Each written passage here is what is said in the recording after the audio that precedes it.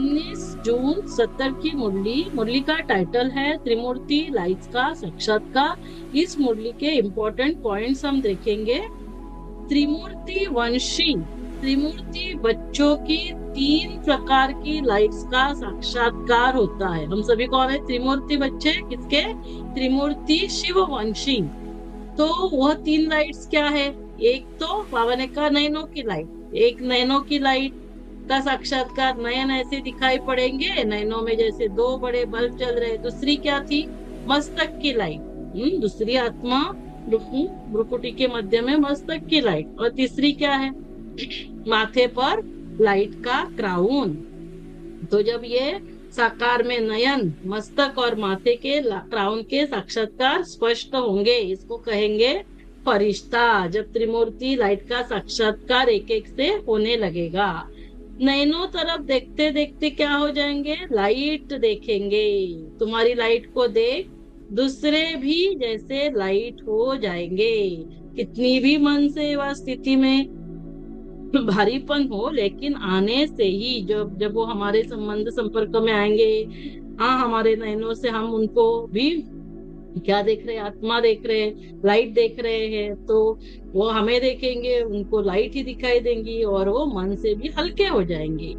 तो आपके आगे आने से लाइट ही लाइट देखने में आए, ऐसे होना है। आने वाले समय में क्या होगा? हम सभी इतने हल्के, इतना लाइट का, त्रिमूर्ति लाइट का साक्षात्कार होगा। जैसे हम लाइट हाउस बन जाएंगे, मधुबन ही लाइट का घर हो जाएगा। जब आप चैतन्य लाइट हाउस हो जाएंगे तो फिर यह मधुबन भी लाइट हाउस हो जाएगा। तो हमें क्या बनाना है? हम जहाँ हैं उस स्थान को भी लाइट हाउस बनाना। मधुबन में तो सभी भाई बहन करेंगे ही, लेकिन हम अपने अपने स्थान पर करें। तो मिलन मनाना किसको कहते हैं? बाबा के साथ गुण और कर्तव्य मिलना, यही मिलन। हाँ, बाबा के साथ मिलन है तो क्या है? बाबा के गुण और कर्तव्य, इसका मिलन। फिर बाबा ने कहा संकल्पों को ब्रेक लगाने का मुख्य साधन कौन सा है?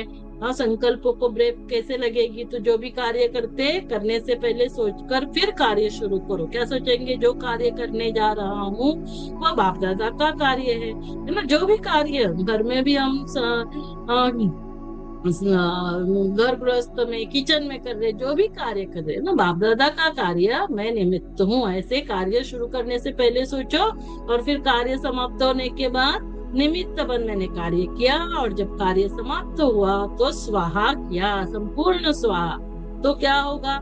हाँ, जैसे कोई भी चीज जैसे समाप्ति होती है तो संपूर्ण स्वाहा करना, तो वैसे फिर हमारी की जिम्मेवारी नहीं, जिसके अर्पण हुए फिर जिम्मेवार वह हो जाते। तो बाबा के याद में किया तो जिम्मेवार कौन है? बाबा। जितना जितना आप सूक्ष्म होते जाएंगे उतना यह सूक्ष्म सर्विस भी बढ़ती जाएगी। जितना हम सूक्ष्म होते जाएंगे सूक्ष्म सर्विस बढ़ती जाएगी।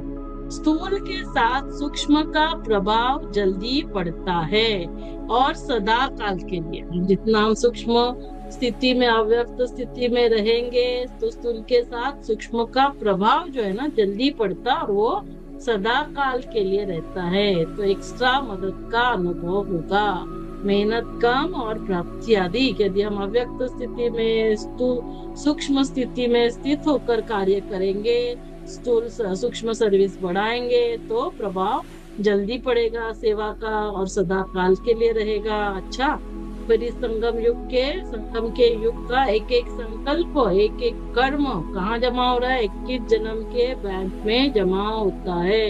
21 जन्मों के लिए प्राप्ति हो रही है, तो कितना पुरुषार्थ करना है?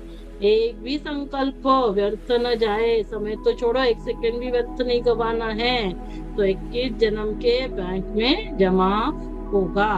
अच्छा, तो ओम शांति। ये थी 19 जून 70 की त्रिमूर्ति लाइट्स का साक्षात्कार। इस मुरली के इम्पोर्टेंट पॉइंट्स। ओम शांति।